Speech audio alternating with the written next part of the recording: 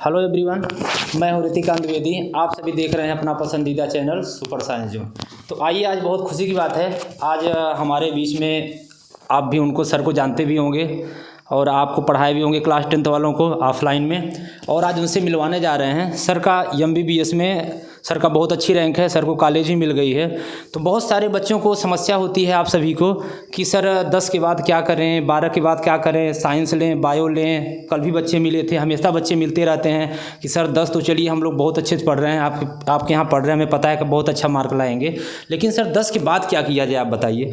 तो इसी सारे सोल्यूशन के लिए हम सर को बुलाए हैं। तो सर को बुला रहे हैं, आप सारे लोगों का आज के बाद कभी कोई डाउट नहीं होगा कि हम क्या स्ट्रीम लें। सर आपको बहुत अच्छे से बताएंगे कि क्या लिया जाए और कैसे, किस ऑप्शन को चुना, किस क्षेत्र में जाए, क्या बेटर होता है। ठीक है, तो आइए, सर हमारे बीच में आ रहे हैं, तो आइए हम सर को बुलाते हैं।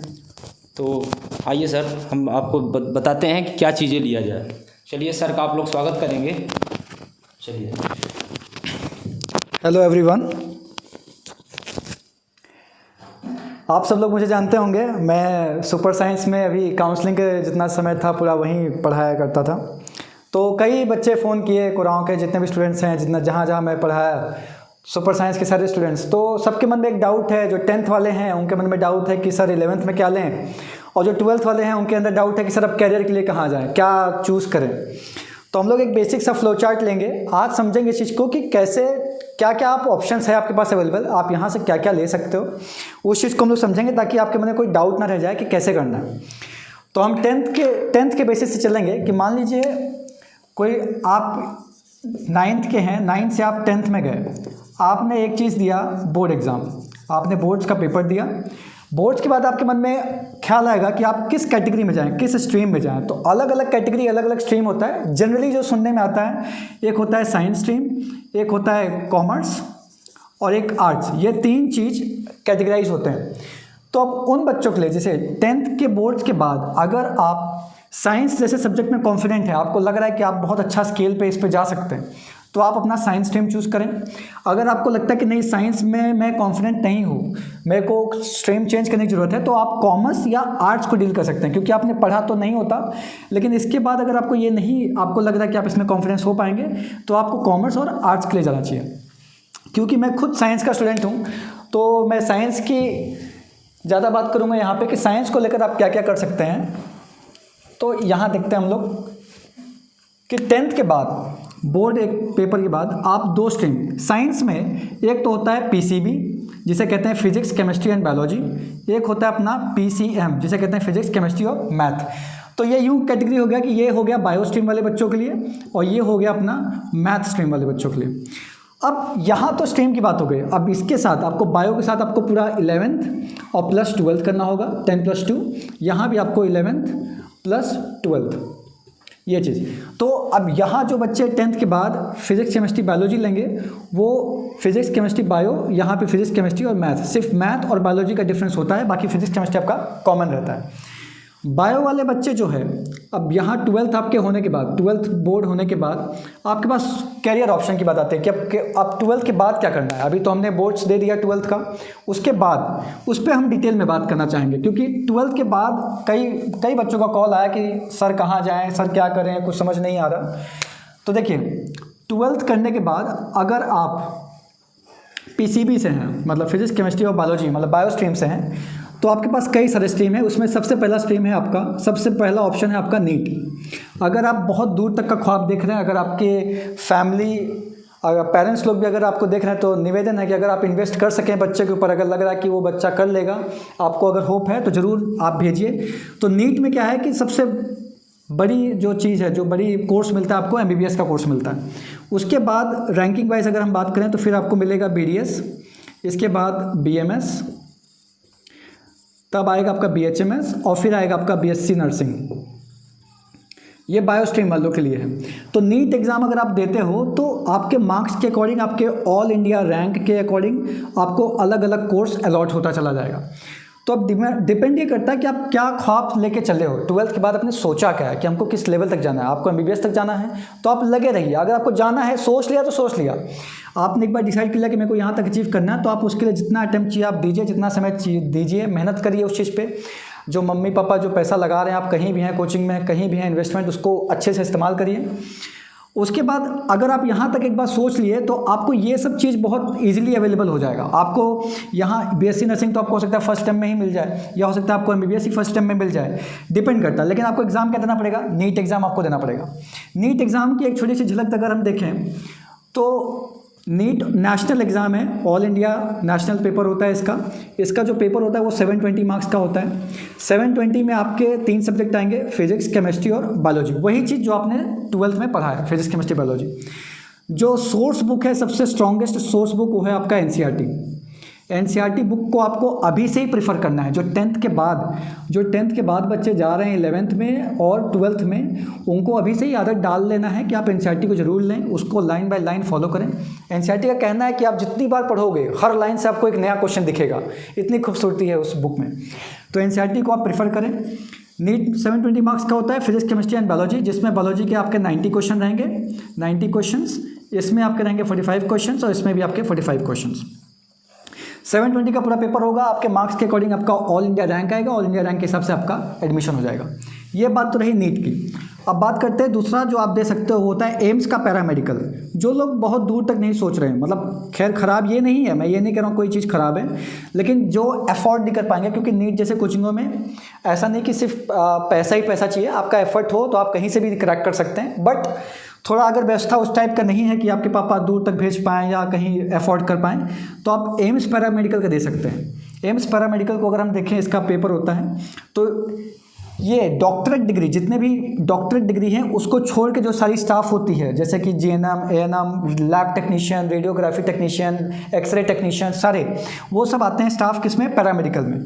तो एम्स अपना अलग से एग्जाम लेता है पैरामेडिकल का। उसमें क्या होता है, 90 क्वेश्चंस का पेपर होता है, जिसमें फिर वही सेट आपको मिलेगा, फिजिक्स, केमिस्ट्री और बायोलॉजी। फिर उसमें जो है 30 क्वेश्चंस के सेट होंगे। और ये कैसा एग्जाम होगा? Computer based, CBT, computer based test होता है। जबकि नीट आपका जो होता है वो पेन पेपर होता है, मतलब पेन ओएमआर, ये पेन ओएमआर बेस्ड आपका टेस्ट होता है। तो कंसेप्ट क्या मिला हमको कि 10th के बाद ही अगर हम जो बायो स्ट्रीम से हैं, फिजिक्स, केमिस्ट्री, बायोलॉजी, तो 11th और 12th लगातार हमको एनसीईआरटी पे तो फोकस करना ही है। आप जहाँ भी कोचिंग कर रहे हैं उसके मॉड्यूल्स को, उसके नोट्स को फॉलो करना है आपको, ठीक है, वो अच्छे से करना है। ये 2 ऑप्शन है आपके पास बायोलॉजी वालों के पास। अब बात करते हैं मैथ्स वालों की। तो मैथ्स में अगर आप जा रहे हैं तो आपके पास सबसे बेस्ट ऑप्शन, जैसे कि यहाँ पे जो टॉप लेवल है एमबीबीएस तक सोच सकते हो आप। यहाँ पे आप 12th पास आउट हो अगर आप, तो आप जेई एडवांस सोच सकते हो। जेई एडवांस आपका जेई मेंस पहले इसका 2 सेट में होता है। एक पहले जेई मेंस होता है, जेई मेंस पहले होता है और फिर उसके बाद JEE advance. JEE mains clear करने के बाद जो बच्चे क्वालिफाई होते हैं वो जेई एडवांस में आते हैं।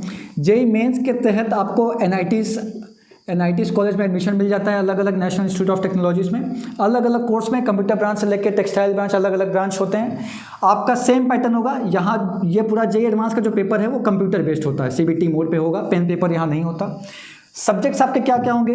फिजिक्स, केमिस्ट्री और मैथ। जैसे कि यहाँ कैटेगराइज किया गया था कि बायोलॉजी वाले बच्चे ये स्ट्रीम में जाएंगे और मैथ वाले बच्चे ये स्ट्रीम में जाएंगे।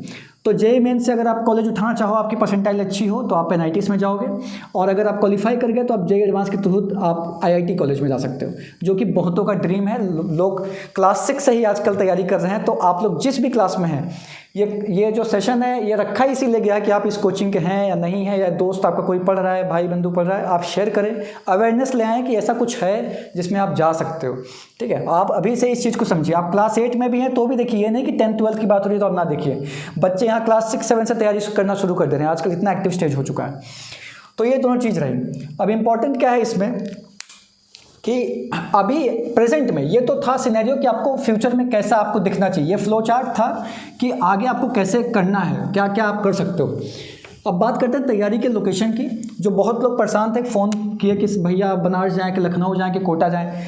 देखिए भाई लोग, आप लोग कहीं भी जाएँ, आप कहीं भी जाएँ, आपको बेस्ट चीज़ क्या रखना है? ऑनेस्टी आप रखोगे ना तो आप कहीं भी जाओगे, मतलब आप कहीं भी जाओ, इलाहाबाद, बनारस, लखनऊ, जहाँ भी आपके माँ बाप जो आपके पीछे इन्वेस्ट करने वाले हैं, जो आपके पीछे इन्वेस्ट करने वाले हो, जहाँ भेज सकें आपको, वहाँ जाइए। आप कहीं भी जाइए, आपको ऑनेस्टी मेंटेन रखना है। आप 720 नीट की तैयारी कर रहे हो, 720 में 100 नंबर भी पाओ, घर तक बात पहुँचाओ। वो पेरेंट्स हैं, वो आपका भला ही चाहेंगे, उनको बताओ कि हाँ हम इतना कर रहे हैं। आप ऑनेस्टी रखोगे तो यही मार्क्स फिर आपका 200 300 आप एक दिन नीट क्रैक करके दिखाओगे, या आईटी जो भी होगा आप क्रैक करोगे। तो ऑनेस्टी दिखाना है आपको। खैर अगर मेरी ओपिनियन लिया जाए तो क्योंकि मैं व्यक्तिगत कोटा से तैयारी किया था, वो भी 12th के बाद, 12th तो स्कूलिंग आपकी चलेगी, तो कोटा में आपको एक अच्छा माहौल मिलेगा। अगर आपको पैसा इन्वेस्ट करना ही है तो आप कोटा कर सकते हो, नहीं तो आप कहीं भी करिए। मैं ये नहीं कह रहा हूँ, सिलेक्शन आप घर से भी ले सकते हो, आजकल इतने ऑनलाइन कोर्स हैं, ठीक है, आप कुछ भी कर सकते हो घर से।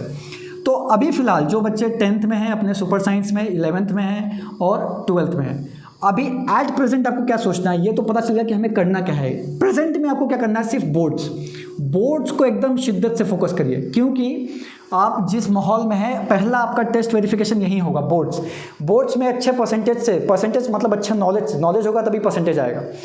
अच्छा परसेंटेज का मतलब है कि इन्वेस्टमेंट बढ़ जाना, आपके माँ बाप का भरोसा बढ़ जाना। वो चाहेंगे कि हाँ बच्चा अच्छा कर रहा है, 85 लाया तो मैं इसको इलाहाबाद भेजूंगा, मैं इसको बनारस भेजूंगा और तैयारी कराऊंगा। वो आप जीतना पड़ेगा और उस जीतने के लिए आपको पहले बोर्ड्स करना पड़ेगा।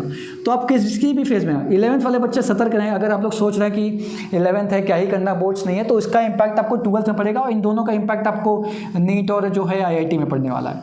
तो इसलिए जहाँ भी हैं आप कुराओं में ही हैं तो कुराओं को ही कोटा सोचिए। आप जिस लोकेशन को जैसा सोचेंगे वैसा वो बन जाता है। ऑनेस्टी से आप पढ़िए। तो ये थी कुछ सारी बातें, और सारी बातें होते रहेगी। आपके मन में जो भी डाउट्स हैं आप रति सर के माध्यम से रखिए, वो खुद सॉल्व करेंगे। जो मेरे लायक होगा मेरे तक पहुँचेगा। कैरियर के ओरिएंटेड पढ़ाई को लेकर कोई भी डाउट हो, आप इस कोचिंग के स्टूडेंट हैं या नहीं हैं, आपके वेल विशिंग के लिए ये सेशन बनाया गया है। पेरेंट्स लोग जो देख रहे हैं वो इस चीज़ पे भरोसा करें, अपने बच्चों का एनालाइज करें कि वो उनके अंदर क्या हो सकता है, कहाँ इन्वेस्टमेंट कर सकते हैं, आप कहाँ उनको भेज सकते हैं। भरोसा दिखाएंगे तब तो वो उस काबिल करेंगे, आप हक जताएंगे, आप उनको भेजेंगे तब वो चीज़ करके दिखाएंगे। बहुत बहुत धन्यवाद इस सेशन। चलिए सर ने देखिए आप लोगों को कितनी अच्छी बातें बताई। तो जो भी बच्चे मेरे यहाँ पढ़ते हैं नहीं पढ़ते हैं उससे हमें कोई फ़र्क नहीं पड़ता। बस आपको क्या करना है, अगर जिसको जिस क्षेत्र में जाना है, अगर मैथ में जाना है तो आप बिल्कुल मैसेज करें, क्योंकि हम वैसे भी ऑलरेडी हम इंजीनियरिंग किए हुए हैं।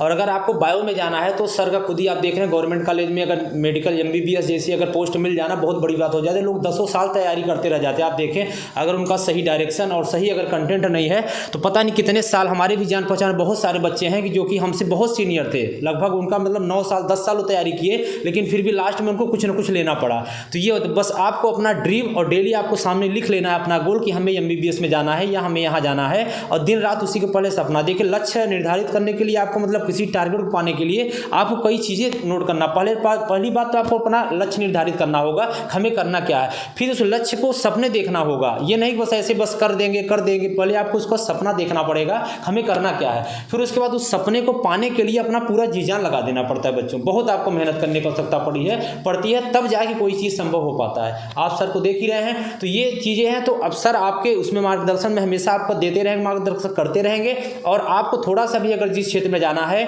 आपको अगर नीट की तैयारी करना है या आपको JEE की तैयारी करना है तो आप तुरंत मैसेज करिएगा, आपको सारी चीज़ें बताई जाएगी। और सर बीच बीच में आपका हमारे संपर्क में रहेंगे, सर आते जाते रहेंगे। तो ये हमेशा सेशन आपका चलता रहेगा कंटिन्यू। तो जब भी जो आपको प्रॉब्लम होगी आप मैसेज करेंगे, इस नंबर पर आप मैसेज करेंगे 9450523690। ये व्हाट्सएप नंबर पे अगर आप मैसेज करेंगे तो आपको जो भी समस्या होगी आप बिल्कुल मैसेज करेंगे, आप बताइएगा तो हम लोग उसका डिसीजन करेंगे। ठीक है। तो सर आज आपको बताया, सर क्वालिफाई देखिए हो गए, सर का इतना अच्छा रैंक है। अब सर अपना करेंगे और ऐसे ही सारी चीज़ें आप लोगों को मोटिवेट करते रहेंगे। ठीक है। तो बच्चों मन लगा के पढ़िए, बोर्ड की तैयारी करिए। हमारे यहाँ ऑफलाइन बहुत सारे बच्चे बहुत अच्छे से पढ़ रहे हैं, बहुत अच्छा रिस्पांस भी है। ऑनलाइन भी आप लोग बहुत ज़्यादा प्यार दे रहे हैं, ऐसे आप लोग देते रहिए। बाकी वीडियो आपकी कंटिन्यू चलती रहेगी। बाकी जो आपको समस्या आप तुरंत ये नंबर पर व्हाट्सएप कर सकते हैं। चलिए फिर ठीक है, इतना ही रखते हैं वीडियो को, ताकि आप लोग इस वीडियो को देखिए और सब बच्चों का शेयर करिए कैसे कैसे क्या तैयारी करना है, कैसे क्या आता है। सर ने वीडियो में अच्छे से आप सभी को समझा दिया। चलिए बच्चों मिलते हैं फिर नेक्स्ट वीडियो में, तब तक के लिए धन्यवाद।